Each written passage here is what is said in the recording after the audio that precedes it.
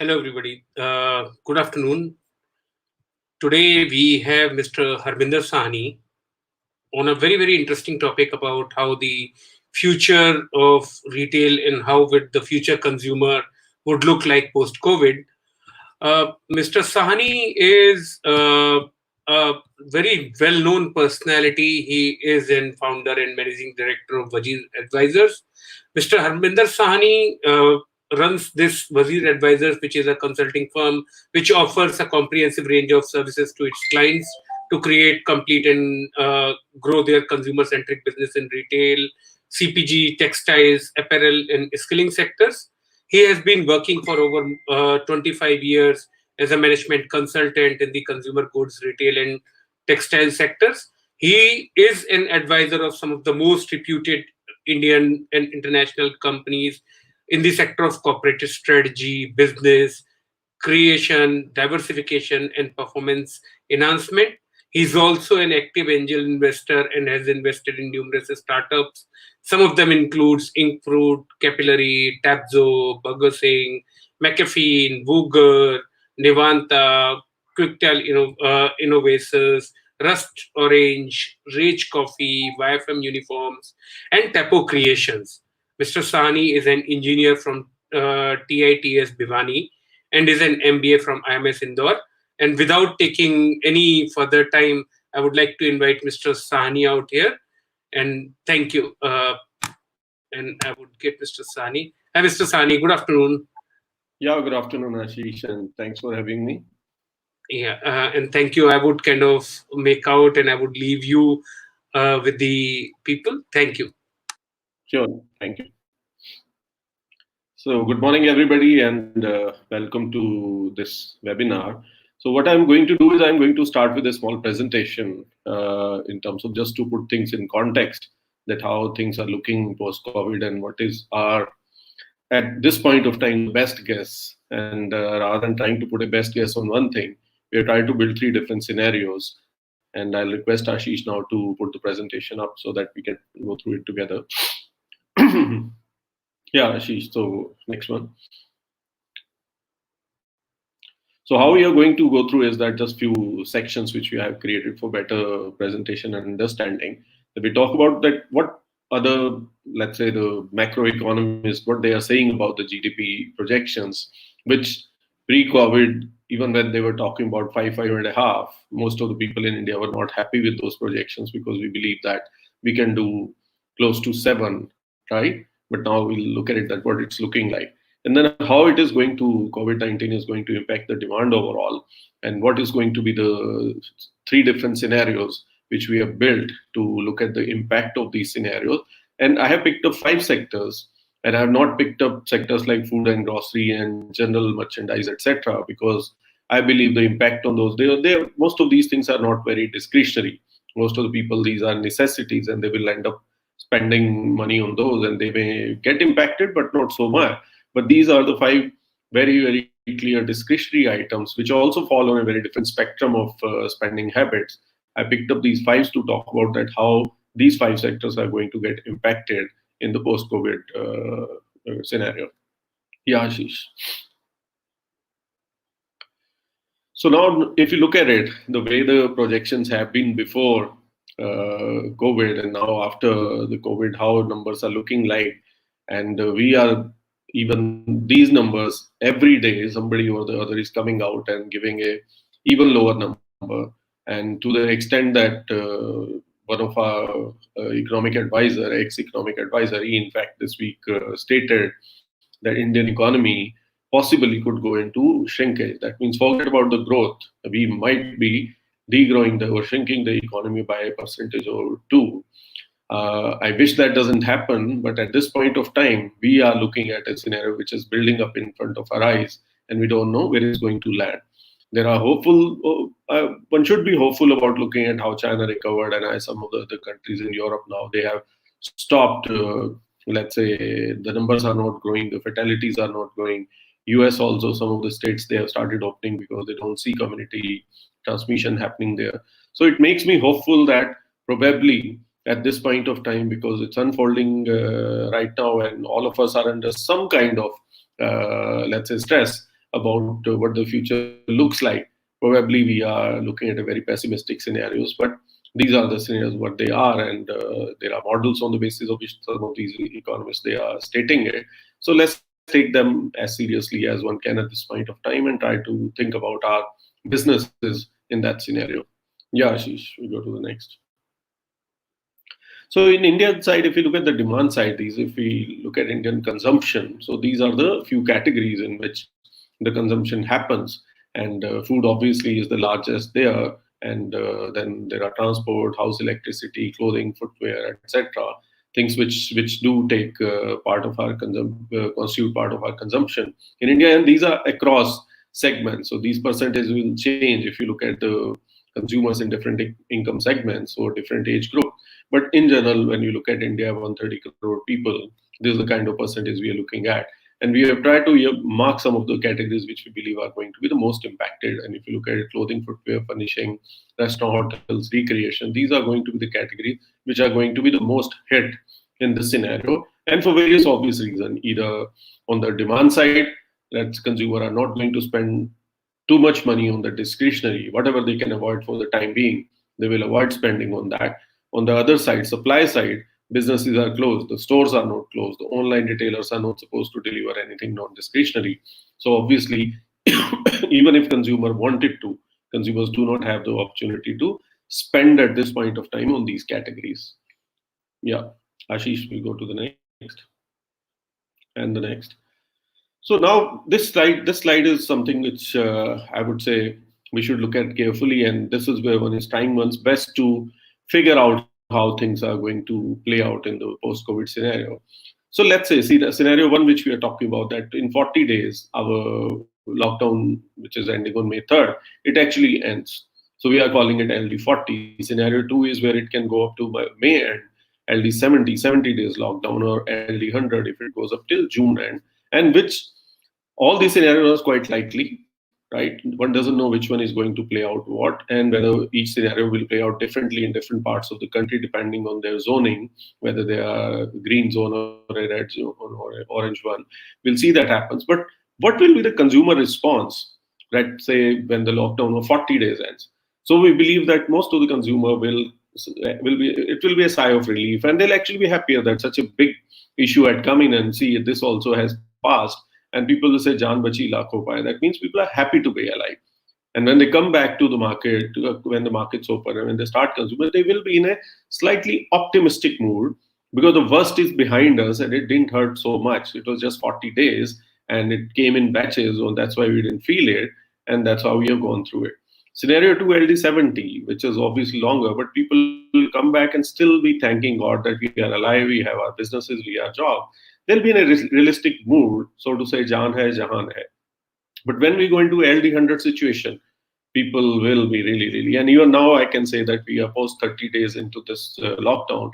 And I think in the last 5 days, I've been sensing that now it has started playing on people's mind. So deeper we are going into it, was it's becoming every one extra day is not just one extra day. So when it goes to LD 100, I think consumers will get very pessimistic. And another thing which we have to keep in mind is that thankfully we are at the start of the financial year. And the first 40 days there has been a lockdown. And then when we come out, or let's say 5 weeks there's been a lockdown, come out, the whole year, almost 47 weeks are in front of us to conduct our business, to live our lives and do all of that. And even in LD 70's case, we're still at the May end, and all our festival season, wedding season, when people actually spend a lot more money than usual across the country, it's all still far down the line in July, August, and beyond.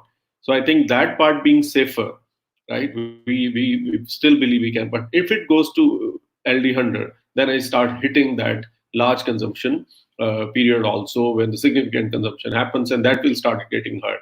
Weddings may get postponed, right? The festival may be muted. And I think that's very tricky place to get into, and that is really a pessimistic scenario which may play out. In the next section of this slide, I'm saying that all these scenarios will play out differently for different segments, right? Impact will be very different, because if, let's say, we are talking about clothing, right? Clothing has a seasonality built into it, and yes, there are festival and all those wedding season when come in, it happens, but there is a little bit of normalization there. But when you look at two-wheelers and four-wheelers, cars, then there is a different seasonality. You look at consumer electronics, April, May, June could have been for air conditioning and refrigerator must have been the peak period, and coolers, etc. And now this is going to get hit. That cannot be recovered. But because once people are out of summer, they are not going to, one, they are in a not a good mood because they have been through this lockdown as to make a capital expenditure on a new refrigerator or a air conditioner. But at the same time, most of the people, they will be, summer is ending and they'll say that fine, this season is gone, we'll look at buying these things next season. So because of the seasonality factor, they can get hit. So duration of lockdown, pace of recovery of the market, and demand seasonality of different segments will have a different. So we'll expand on that in the next few slides. Yeah, Ashish. So the first thing, duration of the lockdown, if we talk about, longer the lockdown, slower will be the recovery. So now you look at the first one at the bottom, which is the LD40. If we are locked down for 40 days, our belief is that another 30 days and the market consumption, or let's say the consumer, will normalize the level of 60-70%. So most of the categories will achieve 60-70% of what they were otherwise could have achieved. So it's not still 100%, but taking 60-70 as something as normal in these time will take 30 days. But when it comes to 70 days lockdown, the recovery to 60-70% will take 45 days because people have been deeper in the lockdown, incomes have been hurt, there is an uncertainty in the mind about future. People will take time to recover to that. So the actual time on the recovery, which was 70 days in first case, it goes to 115 days. But in case of LD100, it actually goes to 175 days, which is 6 months of the year have gone down the drain, right? Moment that happens, the next 6 months are going to be very, very timid in terms of how much the consumption will happen, and it will hurt very bad. So longer we go into it, slower the recovery. That means the overall impact of COVID-19 will be for a far longer period of time. Yes, Ashish. And now we look at recovery pace across segments, and it's quite intuitive if you really look at it. That pace of recovery in case of items like apparel, out of the 5 categories which we are covering here today, apparel will be faster, footwear will be little slow, consumer durable electronics will be even slower, but the cars will be very, very slow because it's a large capex item. So if you look at it, while we have left the discretionary items, food, grocery, non-discretionary food, grocery, etc., out of it, but when you look at it, there's some amount of discretion built in it, right? And then there is a utility. These three things which impact the space of recovery. One is the utility, that we need these things on a regular basis. So yes, if your clothes are feeling old or if they are feeling worn out, you definitely will have to change them. Same is true about footwear. But when it comes to consumer durable electronics, there is a utility, but you already have this item, or you don't have it, you have lived with it. You may not like to go out to replace it quickly or to buy a new item in this year. Similarly, two-wheeler, if people are replacing or planning to buy, chances are they will get pushed into a little bit future. And cars, most definitely, were already under tremendous pressure, will happen. So a lot of people are saying that now with the Uber and the Olas may start losing the business, and a lot of people will buy cars. Highly unlikely because most of the people will bring back their cars on the road. But the people who didn't have a car and were using Uber and Ola, I doubt it whether they are the people who will go out and start buying cars now while they are their own incomes. So they are at the lower and middle class level. They will not go out to invest money into buy cars where their incomes are either hurt or they are uncertain. They are looking at an uncertain future, right? Similarly, durability. Some of the products have wear and tear, which makes them you have to buy them. If your shoe is worn, you have to, but you can still live with your motorcycle or an old mobile phone. And unit cost, right? When you want to buy a t-shirt, you can spend 300-400 rupees and you can buy one, but you can't do the same when you are trying to buy a consumer electronics item. So those are the reason, I think, because of which the pace of recovery will be different for all of these sectors. So with that, let's see what happens in each of these sectors going forward. Next one, please. And the seasonality, which we talked about earlier, and this slightly busy slide, but if you look at it, the first quarter, second, third, and fourth, apparel, the peak quarter three is mostly peak for most of the categories, right? But for consumer electronics, if you look at it, the quarter one is also quite interesting because of the summer related items which will come in. which get sold in this season, right? And the summer holidays being there, and then the IPL being there, the TV sales, etc. Because of that, this category gets a lot of business in that particular season. Similarly, if you look at the cars, right, while the third quarter is very big for them, right, for them the impact in Q2 is not as big because they have been it's a low quarter for them anyway, right? So with this, let's look at what happens to apparel first of all. Next slide, please. Yeah, next one. So within apparel also, when we go into subcategories, right, the pace of recovery will be different for different kind of garments. And we believe the casual wear and the lounge wear, innerwear, etc., will recover faster. While things like denim, which doesn't wear out so quickly, will take little time to recover. But formal wear, where people are going out wearing suits, etc., because every day we were going out to meetings and to offices and etc. I think that is going to happen less and less, and it's going to recover very slow. Similarly, the consumption for these items will be very slow. The party, evening, and occasion wear, because of social distancing, which will remain in play even after the lockdown has gone and we have started coming back to normal life, it will give primarily for that reason. Since people will be distancing socially, there will be very few social events which will be happening.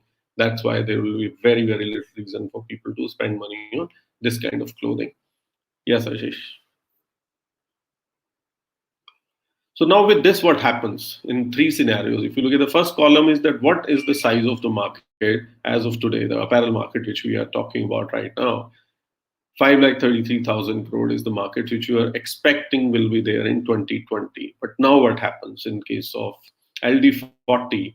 The market will lose close to a lakh crore worth of the market, is 20% of the market is expected to be estimated to disappear, right? In case of scenario 2, which is LD70, we believe around 170,000 crores worth of sale loss the apparel industry will have to bear, which is around 30%. But in case of LD 100, I think 50% of the market likely to disappear, that people will not be buying even half of the clothing which we expected them to buy. Because as you have seen in the previous slide, that if it's a LD100, we are looking at 6 months of business getting badly hurt. It's not about these 100 days, because it will take another 70, 80 days for market to recover to some level, right? And because 100 days would have impacted our livelihoods, our businesses, our incomes in a serious manner. Because of that, I think next 6 months will be equally bad, and we may not see as much recovery in the market. And overall, 50% of the market may get lost in case of LD100. So this is what is going to happen in the apparel market. Next, we will look at the footwear market on the next slide. Ashish, next please. So in case of footwear also, as you will expect, that the casual wear will definitely pick up quickly because people need shoes, but they will not need dress footwear or the formal footwear. They'll not need as much, at least in this year, or recovery will be much slower in that for various reasons. Their social events and going to office, going out to meet people, is all going to be less and less. There will be very little need for people to buy dress footwear or a formal footwear. Sports and fitness, not only we see there will be a recovery which will happen once it start happening, gyms will open, people are allowed to go out and jog and run, it will happen. And it could turn out to be the casual and sportswear put together. It may actually take large amount of share from the dress and formal footwear going forward. With a trend in footwear in terms of sneakers becoming acceptable in the offices or otherwise has been there anyway. So I think it will further put pressure on the formal leather footwear because of the changes in terms of our working and socializing, which is going to come in play. So now with this scenario, 90,000, 91,000 crore market, chances are that it will at least 26% shrinkage will happen in the market. And if things go to the worst case scenario, which is LD100, almost 55%, around 50,000 crore worth of market may disappear from the sales of the companies. A lot of companies will have to relook at their businesses very, very carefully, cut down their costs, shut down their stores, right? Look at their pricing strategies very, very carefully, because nobody would like to lose 50% of their sales, but chances are many people will lose 100% of their sales because they will shut down. They'll not be able to withstand these pressures, and there'll be some others who may gain that share and still be able to do maybe 60-70% of the sale which they were expecting, and may be able to keep themselves their heads above the water and break even and survive for the next year. Yeah, Ashish. Next, we'll be looking at consumer durables and electronics. And again, if you look at the pace of recovery, our belief is the laptop as well as kitchen appliances. Some of these categories, I think they will see very quick recovery.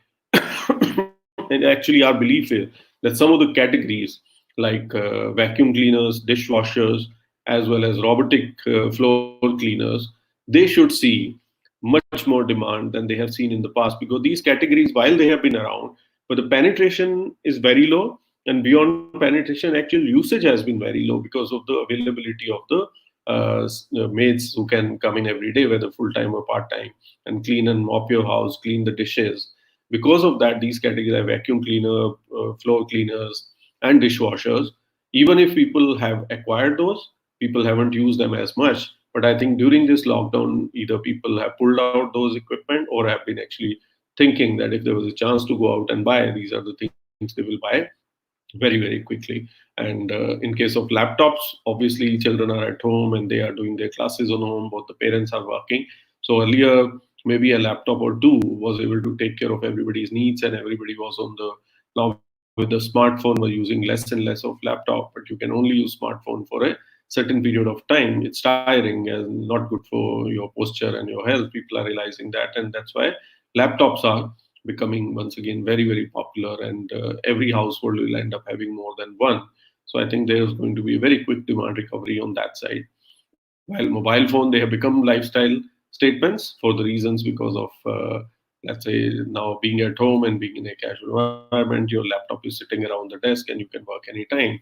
People are, I think, checking less and less of their mails on mobile as they were doing in the pre-COVID time. So I think replacement of mobile or acquisition of new mobile models may take a hit in the pre-COVID scenario. And some of the brown goods, like whether it's TV, etc., I think they are going to hit badly because they are, most of the penetration is very high. Most of the people have good enough TVs, and now it was primarily about, it's not utility, it's more about getting to the next level or buying a better thing. So it was more discretionary. You are feeling good about everything, and that's when you want a even bigger TV or a better TV or a better technology. But I think in this time, I think people may not like to spend much money on that part. Yeah, Ashish. So now with these things, if you look at it, this market again, around 2,20,000 crore worth of market, and doing has been doing reasonably well over the last few years. But I think in this year, in this financial year, definitely there's going to be serious losses. And if we can get away with 25%, which is in case of the LD40, I think we will be very happy as an industry. And while it could be a lakh crore plus kind of a loss, more than 50% loss of the market, which will come into play if we go to LD100. Yeah, Ashish. If you look at two-wheelers, right? So it's like now we are going to consumer durable electronics fall somewhere in the middle from let's say, if you have to put it like OPEX to CAPEX. I think now these are the CAPEX item in brown goods. When we looked at utility is less, but they are high unit value, and wear and tear is less, and replacement time so takes longer. Motorcycles fall somewhere while they are capex item. They are a great utility item for lots of people who go to work, who are reaching for mobility in smaller towns and rural areas, even in the urban areas. The motorcycles are definitely a utility item which we are looking at. So let's see how their numbers look like. Next slide, please. So now, if you look at motorcycle as a market, so they're, while on the utility side, great, and this market has been doing pretty well for companies like Hero, TVS, and Bajaj. They have been doing pretty well on that, and they have kept it very efficient. The pricing strategies are very good. The penetration, availability, service, everything is great. But at the same time, these motorcycles are selling around, I think around 40-45,000 in a bad month every day. The motorcycles are everywhere. So new consumers who don't have a motorcycle who have to buy are the ones. There's a large number in that, and then there's a replacement market. So I think in this replacement market is going to hit very badly because these are utility items. Somebody who needs to go to the job, who needs to go to the college, who needs to go to move around in a small rural cluster will buy it if he doesn't have it, right? Because it's a utility item. You need to have transportation.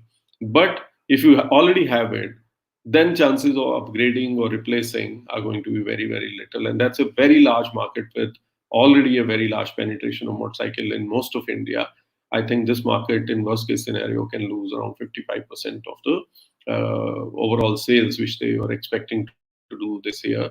So these companies need to be very, very cautious about look at which scenario is going to play out and in which part of the country. We are talking at a country level right now. So they need to maybe take calls at a state level and a cluster level, how it will go. And if they are lucky and if we stop at LD40, they may get away with a loss of around 27%, around 29,000 crore worth of the market in this year. Yeah, Ashish, next. We will come to the cars now, which next please, which we believe is I think, the most impacted category in our minds. So there are various trends which are against purchasing and ownership of cars, which are out in the play.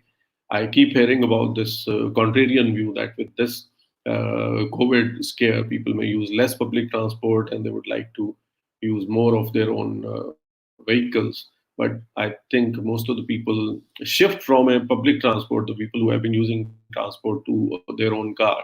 I think there are many, many steps in between, right? It's not as simple as that. India, most of those people don't have that kind of money or even credit worthiness to go and buy cars on credit. I think that's not going to happen very soon. So worst case scenario, the car market could shrink by 70%. And even in the best case scenario, we believe it will be less than 40% of what they were expecting to do this year. And on the background of, let's say, the sales which were already going down for the cars, I think this is going to be possibly one of the worst year for the car sales out there. And most of the people, new owners, are not coming to the market, and some of these taxi service they are going to get hit because I think overall mobility itself is under pressure because given that now we have seen that how much work can be done from home and how little mobility is required, I think this year at least we will see that a lot of people will avoid unnecessary travel, unnecessary movement, and because of that, the need for vehicles to come out, even the vehicles which we own, will be much lesser. And forget about people going out and buying new cars because anyway they will not be seeing any usage for it. And for any income segment, whichever income segment you are in, if you are going out to buy a car, chances are it's a high ticket item for you. It is a high ticket item, not chances. It is a high ticket item because most of the people always stretch a little bit beyond their affordability level to buy something like a car, which is seen more like a status symbol in this country. So I think a lot of people will hold back this year in terms of going ahead and buying cars. So we could see 40 to 70% loss possibly in the car purchases. So, Ashish, this is what I had in terms of the context which I wanted to set for the people to understand that what kind of scenarios are going to play out in the market. And now we can possibly, if we are ready, we can go with the question answer. And I'll ask all the audience out there if they have any questions, they can ask, and I'll try my best to answer those. Thank you. Sure. I think this was very, very detailed study, Mr. Harminder, and I think our audience, as I see the questions flowing in from multiple places, I think they certainly have. One question which has been repeatedly been coming is that what do you think is going to be the future of real estate business in the current scenario? Any views on that? No. So I think future of real estate is going to be extremely bad. And I think I'm not even talking in terms of short term. So now let's talk three different segments. So there are commercial, there's residential, and then there's retail real estate. So if we talk about commercial, this work from home, right, is already a lot of people. When we look at concepts like WeWork, which is like co-working spaces, why would they were becoming so popular? Because most of the businesses these days realize That's an unnecessary burden they carry, fixed cost they carry on themselves, not in terms of acquiring a real estate, then building it up, doing the interiors, maintaining it, keeping staff to do that. It's all very, very unnecessary, and they've thought that it's better to go into co-working spaces. Now, from suddenly, the homes have become part of that workspace, right? Whether senior people, so we all have work from home at some point of time for a day or two, or maybe over the weekend, etc. And some days when there's traffic issue, weather issue, we have stayed back and work from home. But working once in a while for a few hours or for a couple of days very different from working for weeks together from home. And people are realizing that it works, right? And that's for the people who are actual office goers, and they always believe that going to office, meeting people, interaction is very, very important. They are feeling like that we can work with on con calls or video conferencing. Think about the IT and BPO sector, right? Where there are people who are sitting in office. Actually, they are servicing clients who are sitting 5,000, 10,000 miles away, right? Why can't they sit another 20 miles away from that on their own? And they go to offices, they sit in their workplace, and that's where they're working from. That's why now TCS is saying that by 2025, 75% of the people will be working from home, right? Given that commercial real estate is going to come under tremendous pressure, and I think the rates are going to fall dramatically, right? Unless until, let's say, everybody just forgets about what we have learned during these few weeks, or next few weeks we'll still learn, and chances of that, because there's a direct cost saving in there, right? So things which save us money, things which make us, let's say, richer, I think we accept those changes very, very quickly. So I think companies will accept that. And some firm like TCS coming out making that statement makes everybody, even if a firm who has 50 people, they will also start thinking, why do I have an office and pay a few lakhs every month? Can we have a smaller office or not have an office and still be able to work efficiently? So commercial real estate is going to be under tremendous pressure, and the whole nature of working is going to change, and how we will design our offices is going to change. Whether we'll have cabin or workstation, or we'll have offices which will only have few meeting rooms, so that anytime you're coming to office, you're only coming for a meeting, even to just meet the people working in the same office decide to come to office to meet together in office because it's been a while we haven't spent time together. Otherwise, no work. If you have to sit on a workstation and work, it's better you go home and work from your desk at home. So that will happen. Need for office will disappear to a large extent, and it will have pressure. Coming to residential real estate, I think their market has already been under huge pressure, and there are a lot of things which I think are changing there, whether the prices, whether availability, whether interest rates going down. But I think the overarching impact in the economy, I think interest rates in India have always been very, very high compared to rest of the world. And I think over the last few years, the government and finance ministry and the RBI, they've been working very hard to bring the interest rates down to realistic levels to match up with the rest of the world. I think this COVID-19 is going to accelerate that process. And with that, the interest rates are going to fall dramatically. So on the residential space side, I think because the prices will go down, availability will be high, and the interest will go down. I think lots of people may choose to buy homes because of these triggers, right? So I think residential space in the middle class, in the affordable housing, I think it should do all right in the times to come. There are a lot of focus which will go on that side from commercial to residential side. Third is the retail real estate, which are the malls and the plazas and the shops which are created.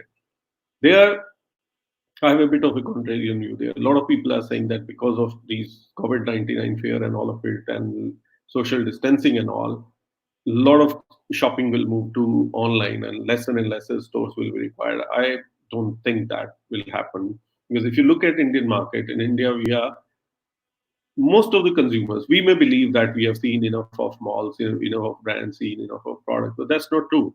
I have done this analysis across categories that in India we don't even have the products yet. We have much more than what we used to have 10 years ago, right? But we still don't have enough product or much products which are generally available to people in Europe, US, Japan, or some of the Asian markets which are close to developed. So people have not seen products. And then beyond products, we have very few brands in each and every category, right? And some of the categories we just now talked about, there are more car brands in this country than the women's wear brands. And I will not talk every label as a brand. If you have to really top of the mind pick up women's wear brand. Even a woman will find it difficult to pick up more brands in women's wear than she can pick up in terms of cars. Right? That's the state of affairs here. And most of the car brands are obviously international brands here. So given that, I think people have not seen products, they have not seen brands. Thirdly, people have not experienced enough good shopping in this country. Organized retail and malls are a very new phenomenon. And very few people have really enjoyed going to a mall, enjoying that environment with their families, and then going into a store and being, let's say, treated as kings and queens by those sales staff over there. And that's what I've been stating it also, that Indian middle class and lower middle class people, the change of class happens at very different stages, and there are clear indicators of that. The first time when you buy new clothes, you change an orbit. Then you build a pakka house, you change an orbit. Then you buy a two-wheeler, you change an orbit. And then when you send your child to an English medium school, you change orbit. Now, one of the other factors is maybe that routinely going to a mall and going to the store and being called, "Sir or ma'am, how can I help you?" is a change of orbit for lots of people, and they would like to experience that. So I believe in India, there is a lot of physical retail still needed. There are millions, not tens of millions, hundreds of millions of consumers who would love to enjoy that. They have not done in their generations, they have not been to a good shop, good store. Earlier, it used to anyway be very exclusive, and there will be a guard standing at the door, and they couldn't walk into any jewelry store, electronic store, a clothing store. Malls have democratized it. People would love to experience that. In some of the metro cities, we see these malls and we believe that there are too many malls and too many stores. But that's not true for rest of India. The rest of India and the Indians living there, they have to catch up with it. So I see a lot of potential for retail real estate. The one which is existing is very valuable and will become even more valuable. Just think about it, social distancing. One of the simplest solution could be for the malls to start issuing tickets like we do for cinema or for the show. You need to pick up your ticket from Book My Show to go to a mall, and that ticket will tell you that you have bought it for this much time, and this is your parking slot. Everything is done, and that's how you go, and you don't feel bad about it. You feel, yes, the mall is taking precautions to allow only n number of people coming into the mall, and you are willing to pay premium for that because you want social distancing, you want sanitized mall, and you're willing to pay for it. So if that is going to happen, so you can realize that the density of population, density of consumers in a mall is going to be reduced from what it is today, and consumers are willing to join hands in that. They're not taking it as something which is restricting them. They think this is the right thing to do. That means we'll need more malls for people to come and shop for.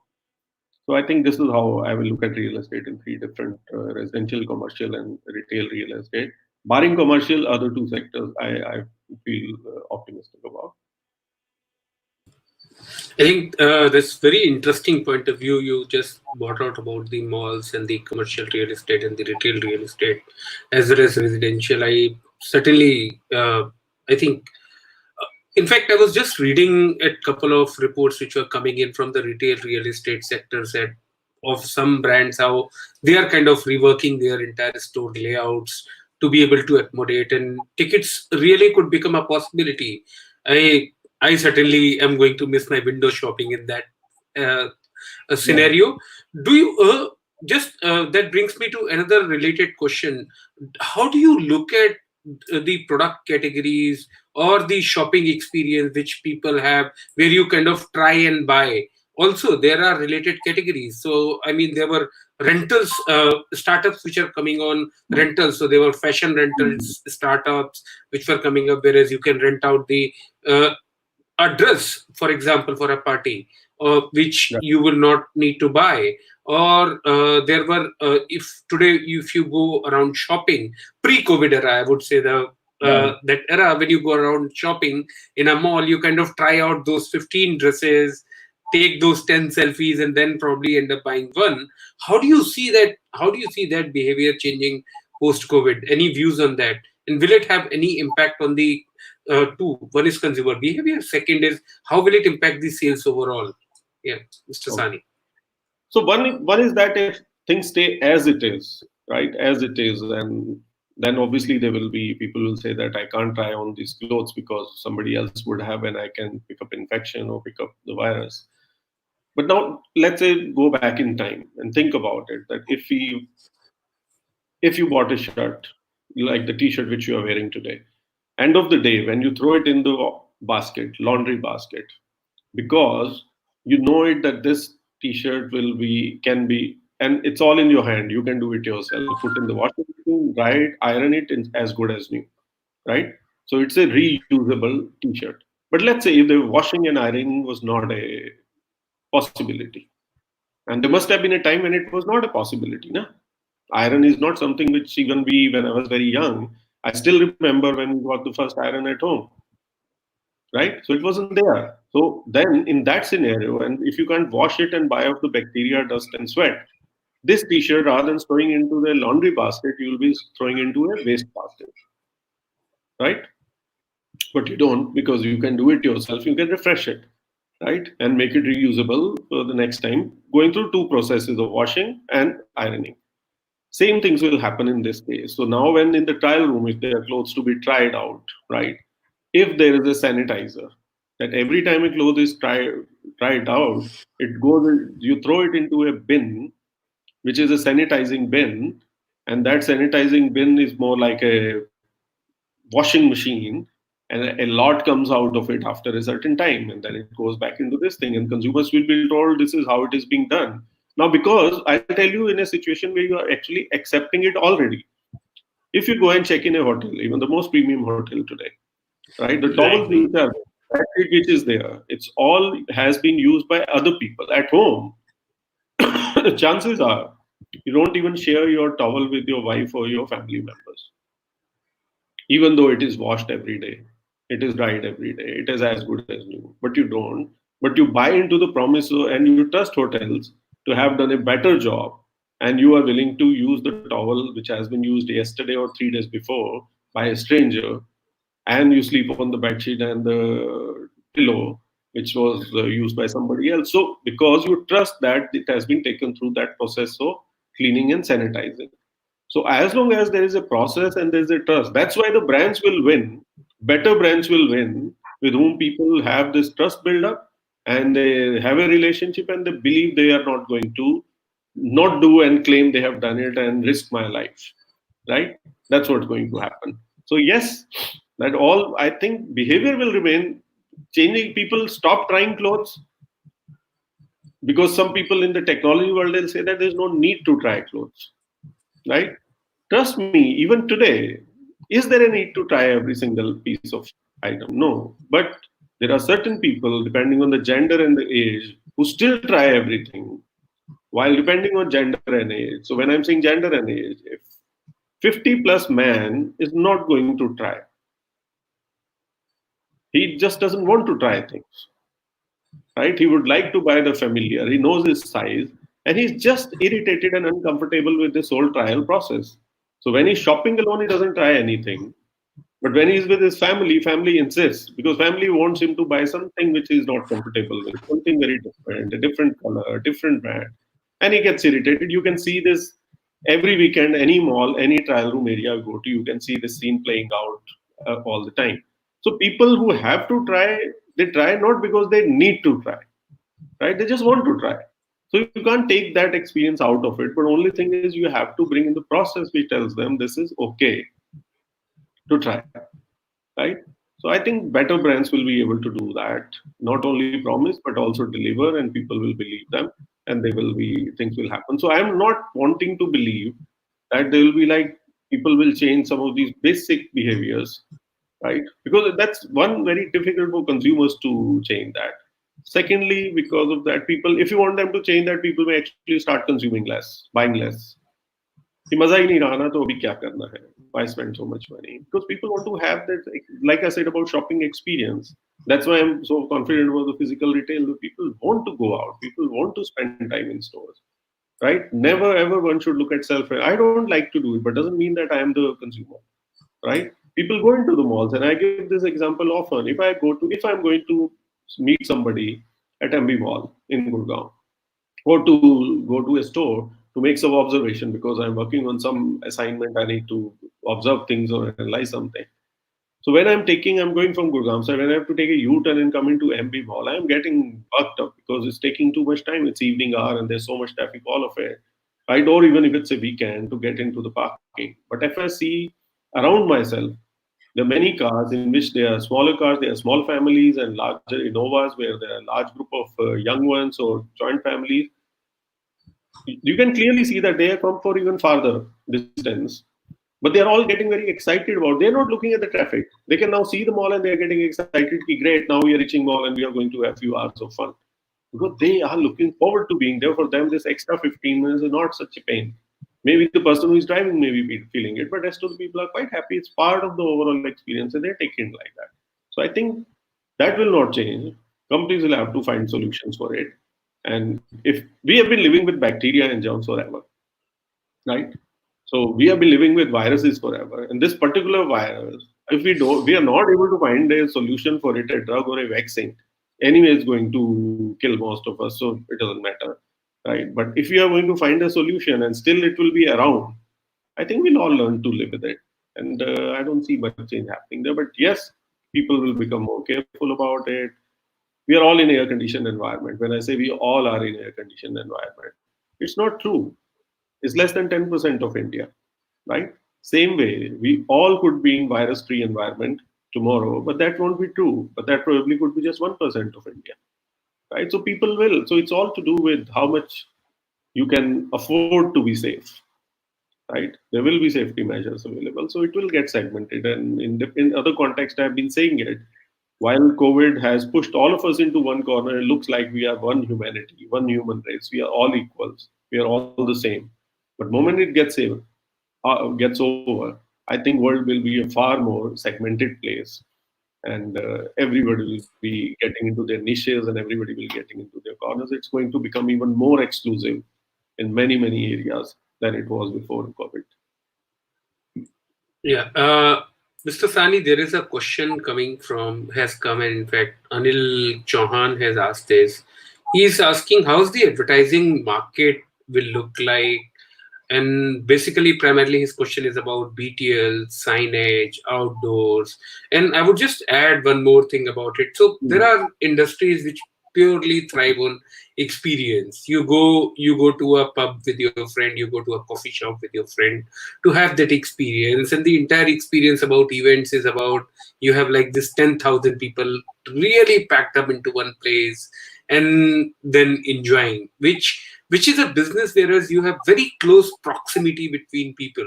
How do you think that kind of a market and that kind of a sector is going to be post COVID era? How will that look like, and will what kind of a changes should they bring about uh, into their business model, if there are any, to sustain? Sure. So on the first one, on the advertising side, of which are the various medias, whether outdoor or the print or BTL, etc., if we are talking about, I think there have been whatever have been the trends already playing out. I think even in the post-COVID, some of them will get accelerated, right?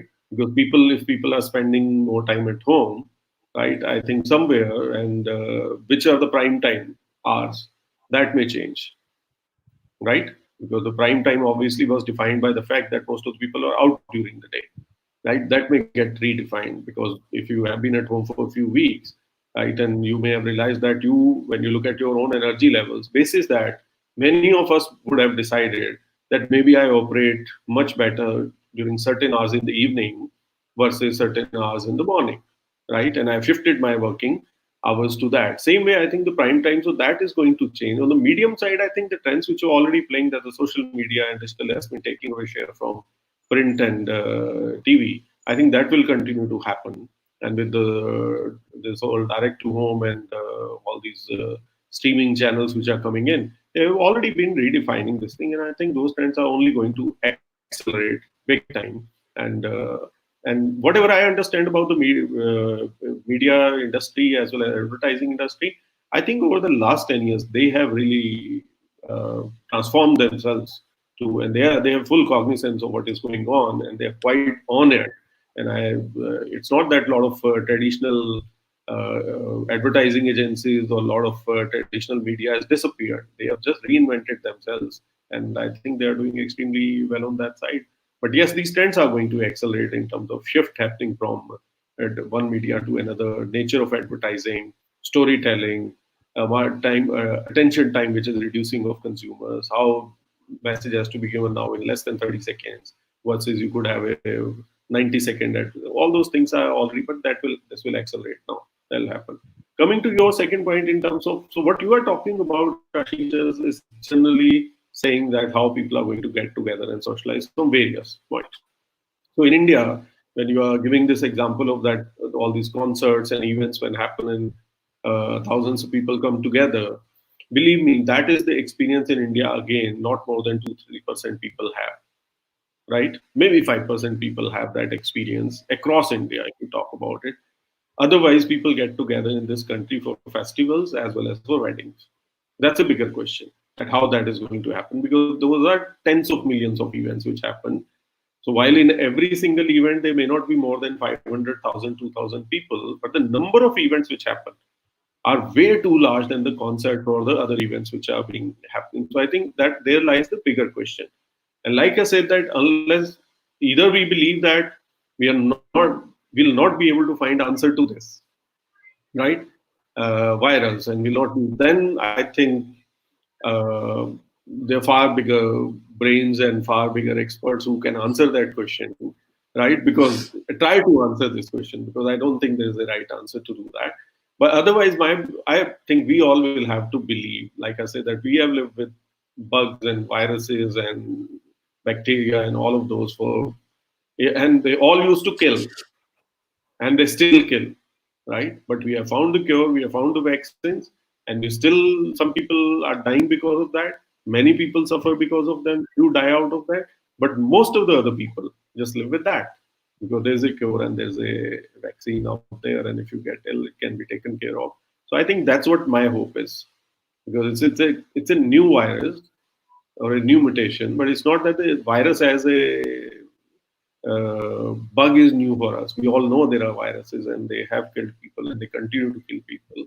So I think I don't see that's a. So yes, this year is a big deal. Like airlines, how are we going to fly if this bug is always around? How Yeah, are we going that's a to fly? question. Yeah. So point is that no, this virus will not be around forever, because if you ask airlines to fly only one person, because if you have to give that distance, so that means you will have first one alternate row of seats has to disappear, and fit again in every row only two people can sit at the extreme ends, or maximum three people can sit instead of six, right? If they do the reconfiguration, so that means in 12 people, now only 3 people can sit. So one fourth. So that means the cost of ticket should be at least 4 times. Just imagine who will fly at that cost, right? Because otherwise, at that price, anyway, only one fourth of the, or less than one fourth of the people will fly.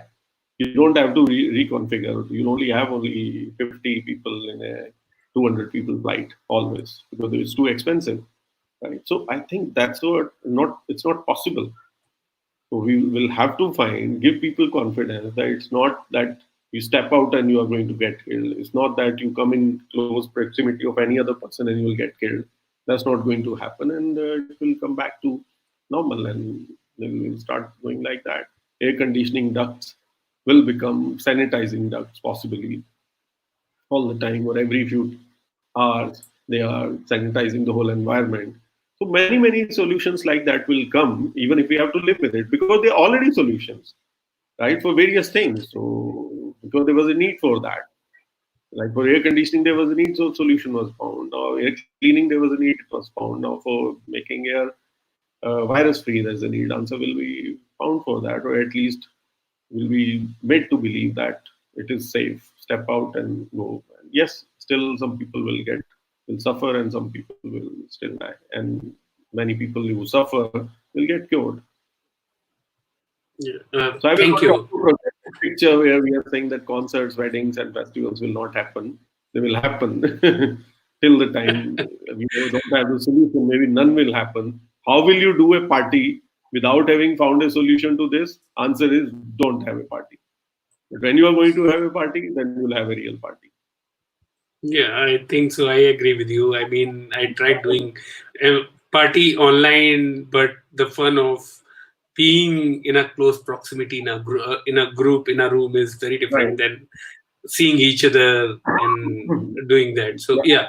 yeah. So Mr. Sani, we have a decent audience from banking, NBFC, and finance sector. But Sure. before we segue on that, I would have a. It's a very interesting question has come from multiple times, and again come up from Harvinder Singh, who is asking that there is a lot of discussions which are happening around India shining post COVID, and the on the back of that, industries are trying to move out from China. China was one production hub or the manufacturing hub for the world. World is looking at alternatives, and India seems to have seems to be placed just at the right place to Right. be taking over China. So, I mean, how do you think will be the new role will emerge of India post COVID, and do you have any view on what government is doing and what as individuals, how do we prepare our career Sure. as to take on the benefits of that, and how as a country we should be ready to uh, to get into that league that we kind of can benefit as a society and as a country. Yeah. Yeah, I think India, we as Indians sometimes don't see India as India is seen by outsiders, right? Leave aside our bad traffic habits or unhygienic conditions or the crowds and the population and heat and dust, which we can't do anything about. Point is that India as a democracy, the way it came about, right? How we won our independence, how we came about to become a nation, and how we have managed ourselves as a democracy in the last 75 plus years, I think is remarkable.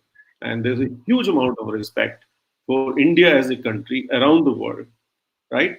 And it has built even further in the last 15, 20 years. And the IT industry has a major role to play, right? The way our democracy has gone through various cycles and now where we stand, I think that has a lot of role to play. The diversity of India is obviously, and the management of that diversity is very well respected around the world. So world wants India to succeed. There's no doubt about it. World expected India to fail during the first 30, 40 years of us being as a nation. But after that, world expects India to succeed. It's a huge shift which happened in the 90s towards India. And I think so for that one single reason, because you were talking about India shining, becoming the manufacturer for the world, all of that. So we not only have the world support on that, we have all the makings of that also within India. So whether in terms of manufacturing, whether in terms of labor, whether in terms of our government policies, all of that. Only thing which is missing, I think, is that the confidence of the Indian entrepreneur, which is missing completely. And I think there in the 90s, I used to say that India lost out to China primarily because the Indian management institutes were too good at marketing. They took away thousands and thousands and thousands of brilliant engineers to take them through the MBA course and make them very, very good at sales and marketing and consulting and whatnot. So I think that's where India lost out to China in a big way, right? Because most of the talent moved towards marketing, finance, and those kind of things, right? IT was the second one which came in the late 90s when the Y2K happened, where they took another huge hordes and hordes of engineers into their cadre to make them do the coding and all of those things rather than doing actual manufacturing. So if you look at it over a period of 20, 25 years, we lost millions of engineers, right, to these two sectors. Good that those sectors did well, right, for India, and they have delivered a lot, but manufacturing lost big time. Now, the third thing which happened is that when all this startup thing which came into India, which has started becoming very, very big in the last 10 years, and great for India, no doubt about it. But again, most of these startups which have been funded, technology, e-commerce, those kind of things which are getting funded big time, and there are huge returns which are potentially out there. So now it's not only potentially, people have become billionaire because they did a startup, and there are many other people who have become 100 million plus because they did a startup. But all those startups are in tech and e-commerce and those kind of spaces. Given that, I think again, even after that, there are in services, in food and this thing and delivery, a lot of startups are happening there, but hardly any startup happening or getting funded in the manufacturing space. So now when we are saying India shining, we are actually looking at a lot of manufacturing shifting out of China coming to India. But who is going to set up those factories, right? So if we are only depending on our large industrial houses to do that, right? Point is that if they were to do it, they would have done it by now, right? And they have been doing what they can do and what they wish to do and what they are capable of doing given their balance sheets, etc. They have been doing it. If they were to do it, they would have done it. So it has to be done by startups and it has to be done by MSMEs. Now, when you talk about these two, they are obviously the startup guys are brilliant people, but they're all going into a completely different direction. They have no interest in manufacturing. But the MSMEs who are in the manufacturing, if you look at it, two things, without meaning any offense there, right? Like we already said that the best and the brilliant have gone into other space. So these people are hardworking, but not necessarily the best and the most brilliant, right? But they are hardworking, sincere people, and they still run 80% of India's industrial production. These are the people that means they need a lot of support financially, right? Competence wise, marketing wise, they need a lot of support from the government. So if the government and the other authorities they continue to look at it that without any support, IT could create this industry, pharma could create that industry, why in other sectors cannot be done? Chances are, right, it will not be done, right? Because again, in those days, many people went there. A lot of funding was available, and global support became available. I think many other basic manufacturing industries, a lot of support will be needed from the banking system also. So if all that happens, world is ready to give business to India. Indians have capability to be able to do that business, but the ecosystem has certain weaknesses. Many have been addressed over the last few years, but many more needs to be addressed for us to do that. Otherwise, like I have this thing about this thing, the future is always bright. So for India, future will always remain the bright. But what about the present? That is the question. So every time the future which we saw tomorrow became today, it was not so bright, and then we still said future is bright, and we'll continue to say that it is not very good. Light away and one can joke about it and laugh about it, but it's not very good. We need to make our present very good. We have the opportunity, trends are supporting us, world is expecting us to do it, and I think we should do this time. It's not going to happen overnight, but I think the way I have seen in the IT industry, pharma industry, startup, e-commerce, technology area, I think if we are excited about it, put our heads on it, I think we can make it happen. And I'm not expecting 10, 20, 30 big business houses to make India the factory of the world. I am expecting maybe 100,000, 200,000, 500,000 individual entrepreneurs making it the factory for the world. And that's the only way it can happen. 10, 20, 30 business houses can't do it. Okay, Mr. Sani, do you have any view in what kind of a changes do you think are going to happen in banking and NBFC post COVID, or will there be any changes? Would you see? What do you say about it? I think again, looking at the trend which we talked about, I talked about earlier that the interest rates, I believe, this reduction of interest rates is going to only accelerate during COVID and as well as post COVID, right? And they are not going to go back to the rates where they used to be. It will only continue to go down. I think we have done as a country, we've done a great job in terms of bringing the interest rates down, but the real interest rates in the market and the credit flow to MSMEs is not yet happening. And I think if I can see it, I'm sure the people who are responsible for running this country, they can see it even much clearer. That this is what is happening and this is where the biggest stress is right now. So if this COVID crisis can bring that change, that how the banking system in this country starts not treating MSMEs as a class of customers which they possibly would love to not deal with, but they have to, and then they put a premium of their services for that, right? If they stop doing that and start seeing that this is what the real India is, this is who they have to do business. And point is that if they can't learn from the last 5 years of NPS which they have earned from their so-called big and right clients who had the balance sheets and who had the name and who had the visibility, basis this, and banks have closed down, like some bankers have landed up in jail. And if they can't see it, I think they will never be able to see it. The COVID crisis should be able to see them even more clearly. And think RBI, Finance Ministry, they should push it towards that. I think the credit flow has to happen to these MSMEs. Once that starts happening, I think the whole nature of the banking system changes, because the banking system always has been looking at itself that we are wholesale banker or a retail banker. I think the banks will have to start seeing is that again, that it's not the job of the government development banks to fund the industrialization of this country. If you have to become a large bank and if you want to, you can't depend on the consumption. Consumption happens because people have the jobs to buy the product which somebody is manufacturing, right? And because somebody is manufacturing, that's why somebody is being given a job. So banks will have to bring their focus into this mid-sized manufacturing in a big way, right? And open their purses, take the risk, right? Let the credit flow. That's what they will have to do. They should be willing to lose 10,000 crores working with 500,000 mid-sized companies rather than using 50,000 crores working with one single individual. I think that's the mindset change which should come, and which I think is bound to come. Only banks who will be successful in the next 5, 10 years will be the ones who change this mindset. Others, whosoever they may be, have seen that best of them fail.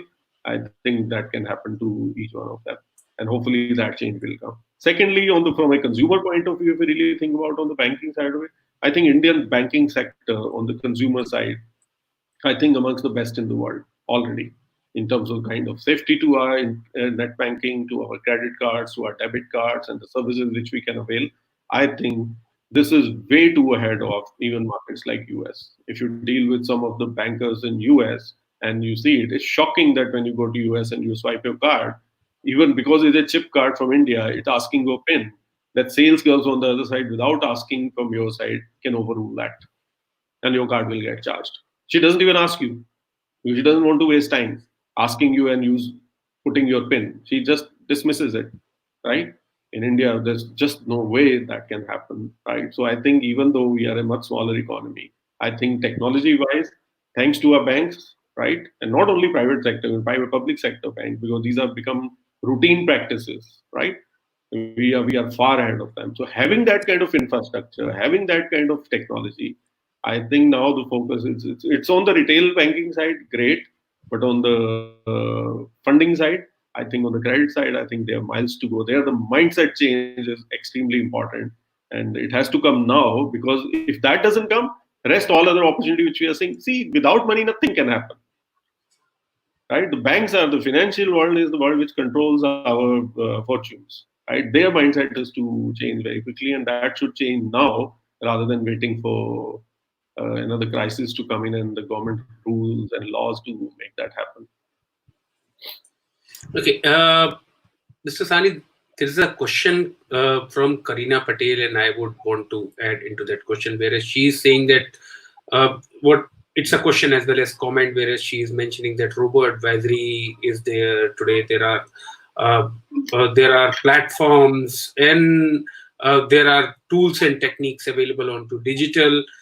Uh, do you see economy turning into more of a digital or a machine economy post COVID for two reasons? And one is what I foresee is, for example, a retail sector which is heavily dependent on manpower, and today people are moving away from the populous places. They have gone back, and there are reports which says that might not everybody can come back because of they would try and figure out something on their own out there. People are reskilling themselves quickly to adapt to and stay at these smaller places. Do you think that this will force in the production as well as in the retail sector or in some other sectors, a lot of machines will overtake what humans do today? Your Sure. views, sir. Sure. So if you really so allow me, I think here I'll go way too high in terms of looking at the world, right? As if we are looking at us from a different planet. So if you're looking at Earth from a different planet and you see from distance and you have been in timeline, if you can look you can run it at a speed and see that how this Earth was operating 1,000 years ago, 800 years ago, 100 years ago, 50 years ago. Industrial revolution happened just 100 plus years ago, right? Before that, there was hardly anything called employment. Either people were self-employed artisans or farmers, or they were employed by the king as an army. And most of the armies were not standing armies. These were part-time jobs. Whenever there were war happening, they will blow a whistle or something, and you have to come running, collect your tools and weapons, and just go and get killed, right? So there was no employment as such. There were very few people who had employment, right? Otherwise, a barber in the village had no employment. Everything was working on barter. And we are just talking 100 plus years ago, not too far. And we are talking for the whole world. And there was slavery, right? Right? So think about it. So we have been in this employment era for a very short while. And somehow the whole world has gotten sucked into these two things. One is that GDP, and second is employment, right? And GDP as a term, right? I don't think we even talk about GDP as a term as we talk, like school children talk today. Even as MBA students, we didn't talk about it as much. During our early 90s, when I was doing my MBA, there was like one thing which you talk about once and to write an exam and over, but you didn't talk about it. But everybody talks about GDP today, GDP growth numbers, and how much employment, all of that. GDP is an accounting number. How much did we do last year? Some accountant should tell me. It's nothing to do with actual action. Similarly, if you look at the employment numbers, why does somebody need employment? People need employment so that they can make some money and they can have life. That's why they do it. So this employment and GDP loop which we have gone into, I think we are already into the phase in which we are getting out of it. Most of us, we talk about it, we don't have the courage to talk about it or competence to talk about it. But I think we are already into the era of end of employment as we have known it, right? We are not, if it could accelerate the way it is accelerating in 50 years, if it doesn't as much, maybe in 100 years, we will reach a point where there's nothing called employment. There will be nothing called work, right? It may look very, very difficult to digest it today, but I think we have experienced bit of it during these 4 or 5 weeks, right? What life can be when it fundamentally it changes. Otherwise, on our own individual action, it was not going to change. None of us could have done what it been done at a country level, and hands have been forced. That's how it is done. But I think gradually we are going there. So you're absolutely right. Excellent question there. That robots, digitization, automation, all of these put together, if we are able to, why so many humans? 120 years ago, there were less than 1 billion people on the planet. Now there are 7 or 8 billion. How did this happen? So it's not only because we are advanced in medical science and death rates are lower and healthcare is better, people living longer.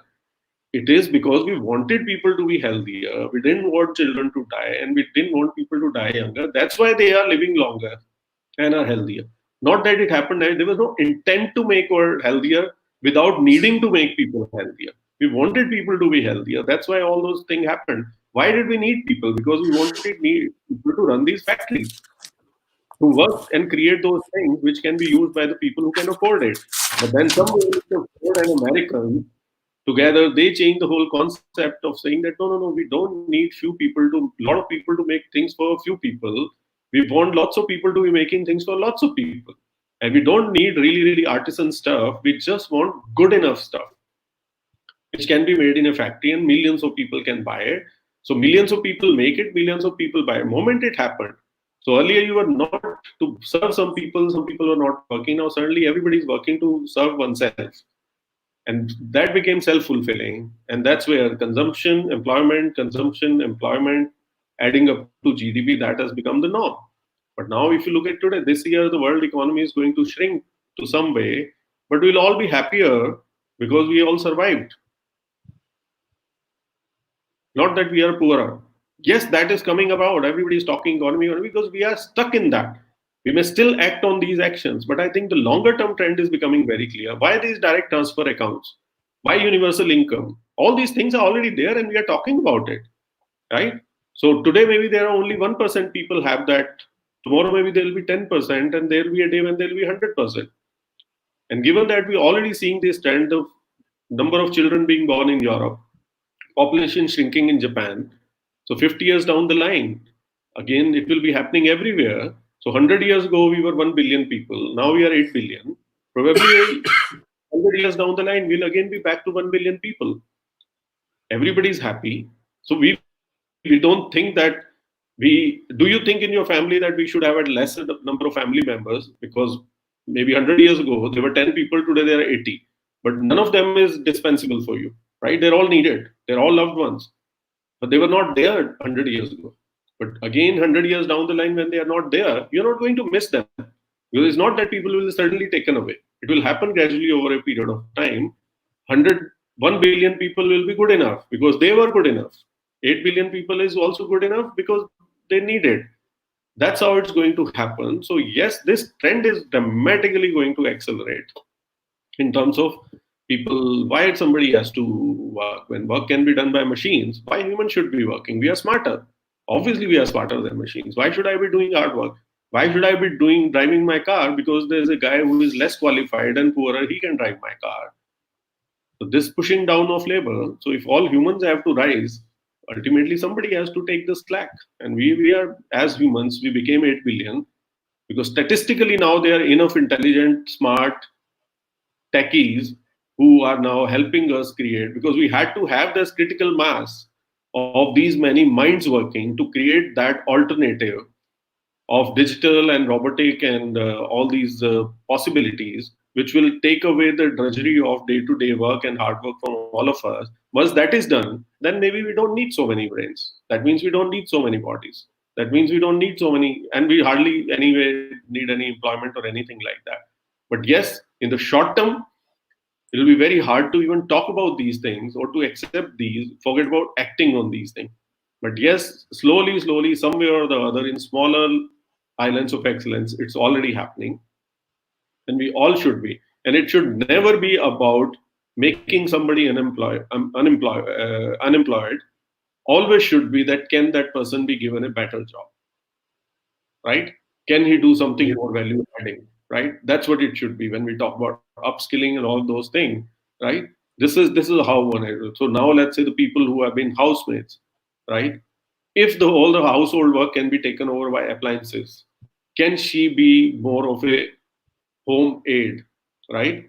Because lots of people in India, while we talk about young India, there are lots of old people as well, right? Her skill should not be that she can clean the dishes.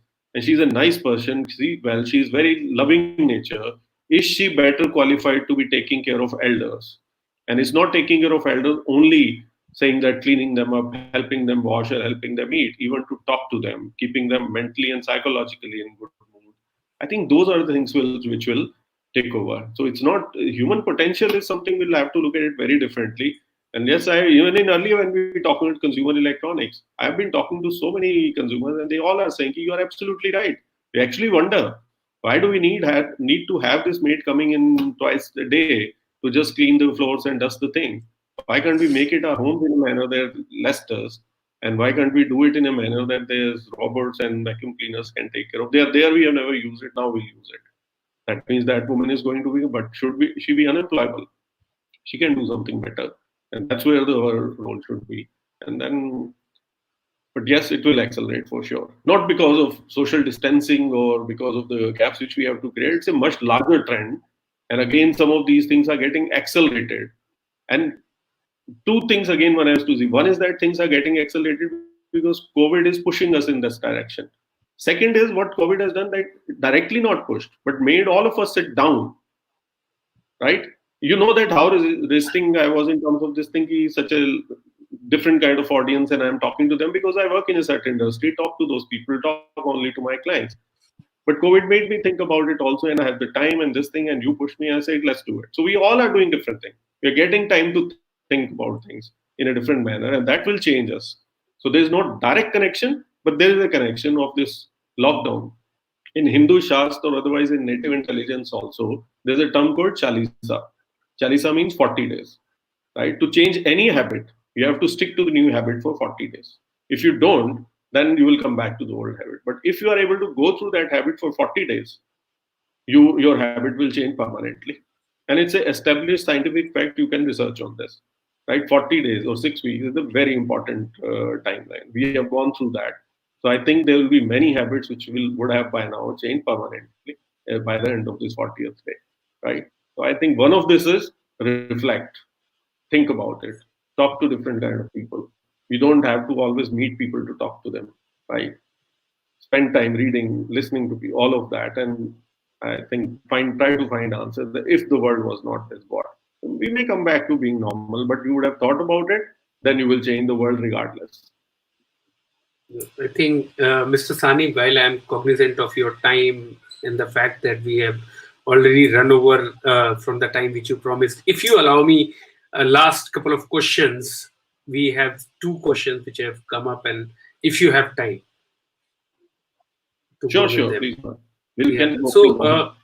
yeah. So, Mr. Sani, one question is, and I would add this. There is a question coming from Sachin Mehta, who's saying that what is your suggestion to MBA student who are graduating now, considering the situation and the new world order as they are saying? What is your suggestion for them? How should, what kind of a skill set should they focus on to? Besides that, there was another question in the same line which was saying that do you see how do you see the future of education in with the kids now getting educated, and as you rightly said, it takes 40 days for an habit. Schools, earlier education was confined to the four walls. Now it is democratized over internet, and people are able to, and they are finding out that they can be at home and yet get educated. Do you see some kind of a difference which coming forward there is a trend, or there could be some different way about how people get educated in near future? So one, I think the digitization of education, even at the government school level, has been going on for a while. Because the people in the rural villages, the teacher training programs, and one of the startups I'm working along with, and how they are changing the performance levels, are able to enhance the performance level by using digital technology for educating people in smaller towns and rural towns. It's been already happening. Just on the school part of it, if you really think about it, I've always had this question, and again, many things in this country we have been trying to follow the Western world and making mistakes. And one of the things which have always irritated me the most is that the 6-day working, and worse than that is 5-day schools, right?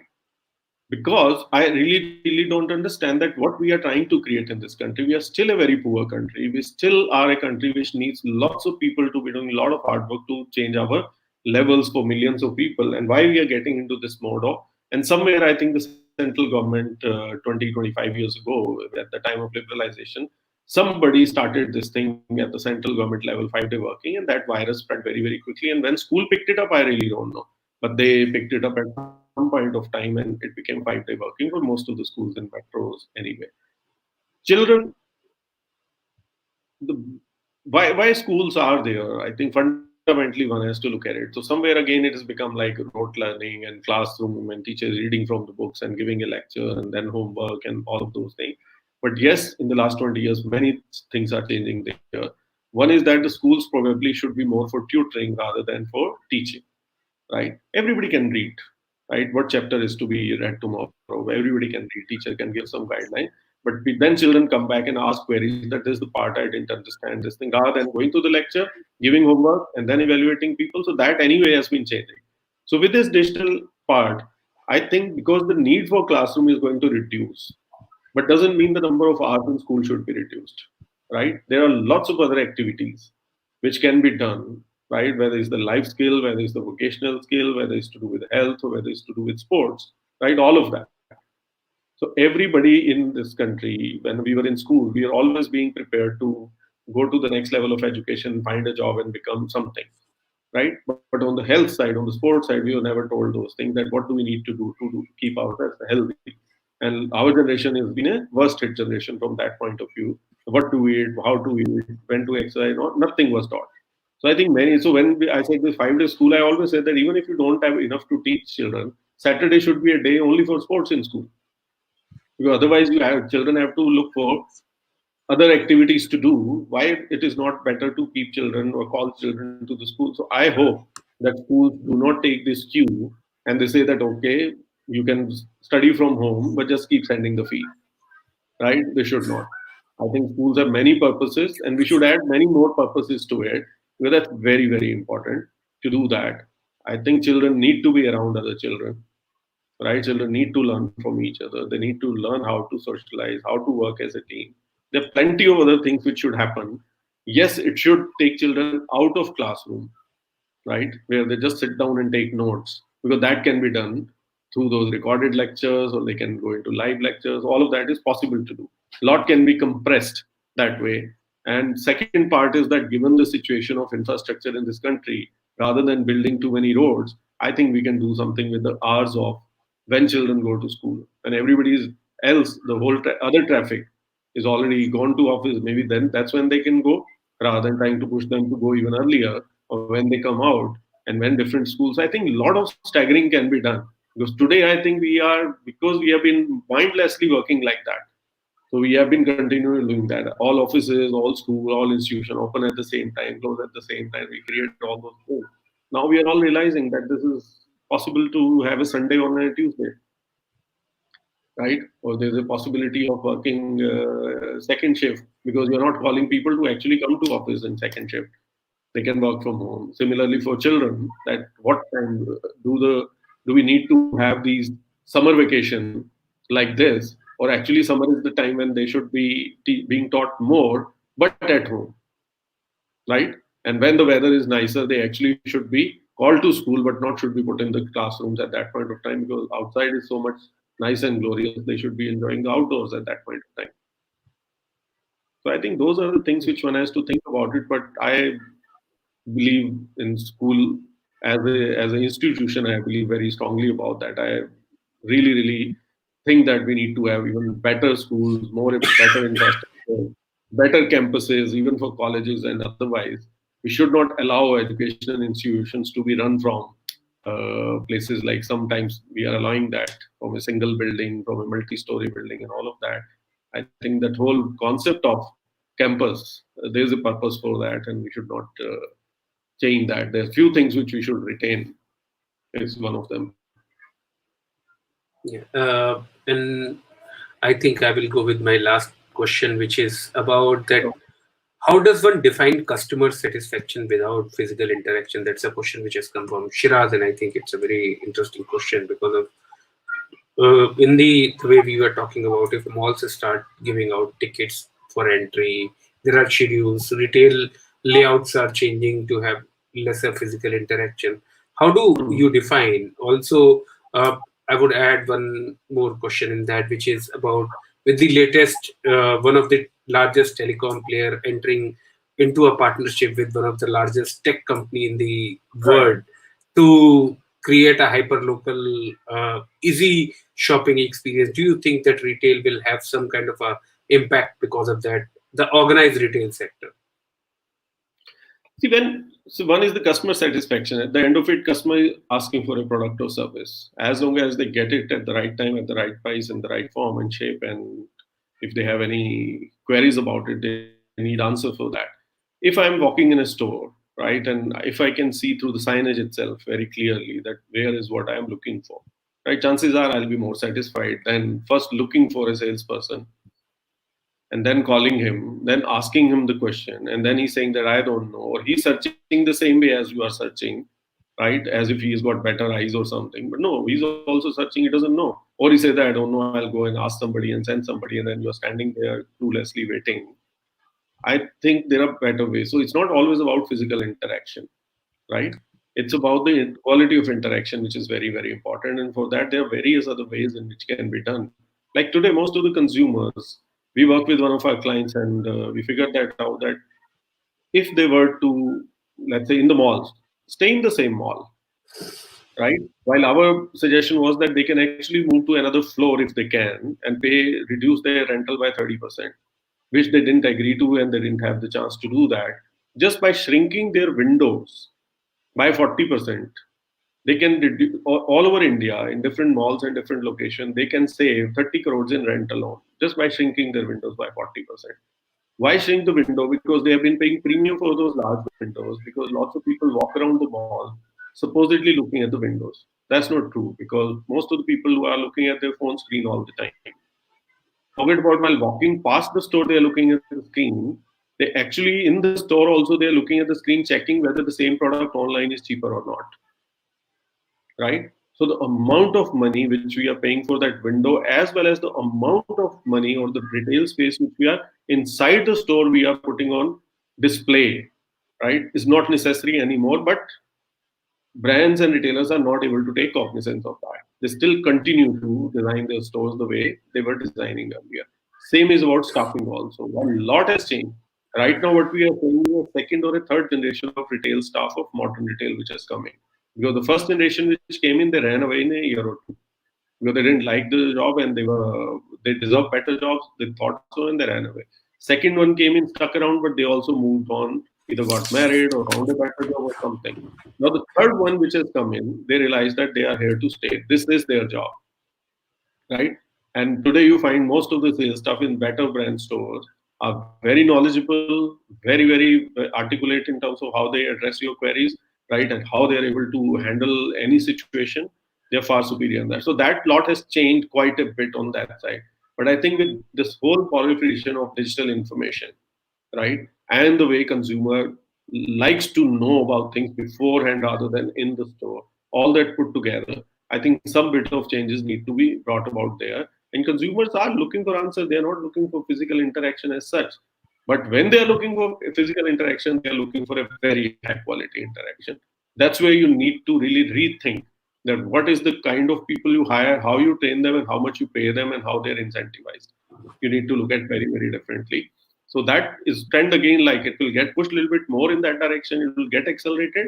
But I think people are looking for stores. Like today, if you have to, let's say, store, one of the things which we are telling a client, that if you have a store and the people, mall opens, but people are still not coming back to the store.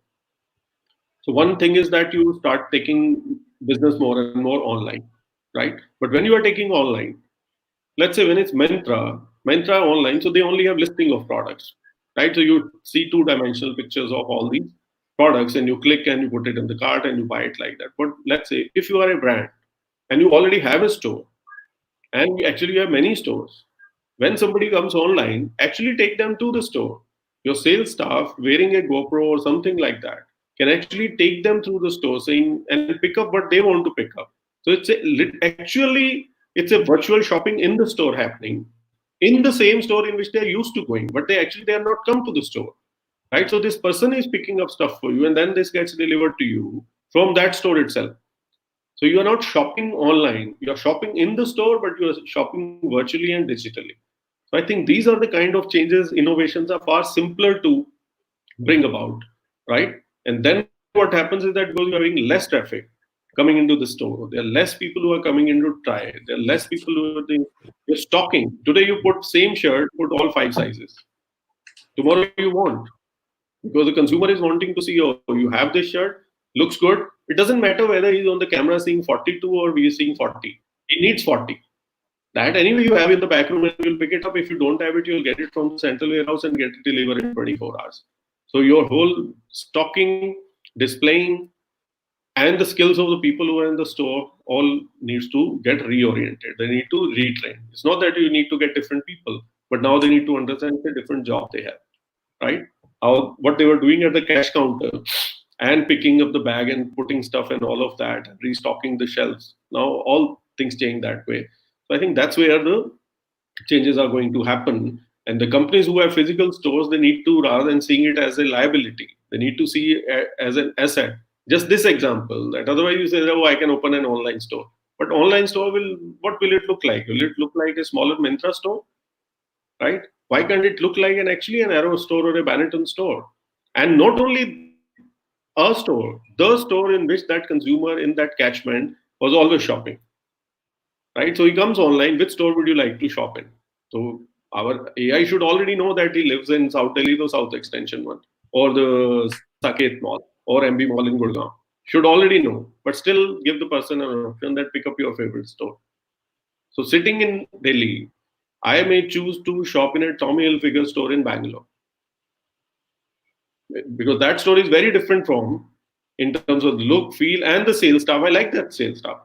So now I have the opportunity to actually, I moved from Bangalore to Gurgaon, but I can still shop in Tommy Hilfiger Bangalore store with the same sales guy I'm comfortable with. I continue shopping without physically being there. Yeah, I think you define the way human and technology interaction can happen, and some of it I think is already in play. I know of a car manufacturer in India who kind of uses today AR and VR to do a car demos. So they bring the entire experience of doing a test ride at your Right. home. So while you sit at home, you can kind of, while one car comes, you can actually look and feel about how different models are. I think, Mr. Sahni, this is. Last point. When you say that, only thing I'll say is that for the help, benefit of audience, that while a car company is doing it, for it to move to another industry is very, very difficult. I'll tell you how. Apparel and footwear, they still sit very closely with each other as two products, right? From a consumer point of view or a company's point of view. Also, a lot of fashion brands have gone into clothing, footwear brands have gone into clothing. But just imagine, when you go to a footwear store, what you see on display is a one shoe, not even a full pair. And then you tell the salesperson, I want to try this shoe. He gets you the box in your size, right? And then you try. Nobody buys a shoe without trying. While you go into a clothing store, nobody buys today. Most of the men don't buy a shirt after trying, right? So, but you go there, you have all the 5, 6 sizes sitting in a stack. So now, if you are a size 42, you'll actually pull that size 42, spoil the whole display, right? And if you don't find 42 there, you actually don't even ask anybody. You say, ki nahi hai to nahi hoga, and the sale is lost, while there is a 42 in the back. Or person was getting it to put it there, but you didn't ask, you walked out of the store. Why are there 6 shirts of the same color of different sizes sitting there? While in case of shoe, forget about all sizes being displayed. Even one size is only one shoe being displayed.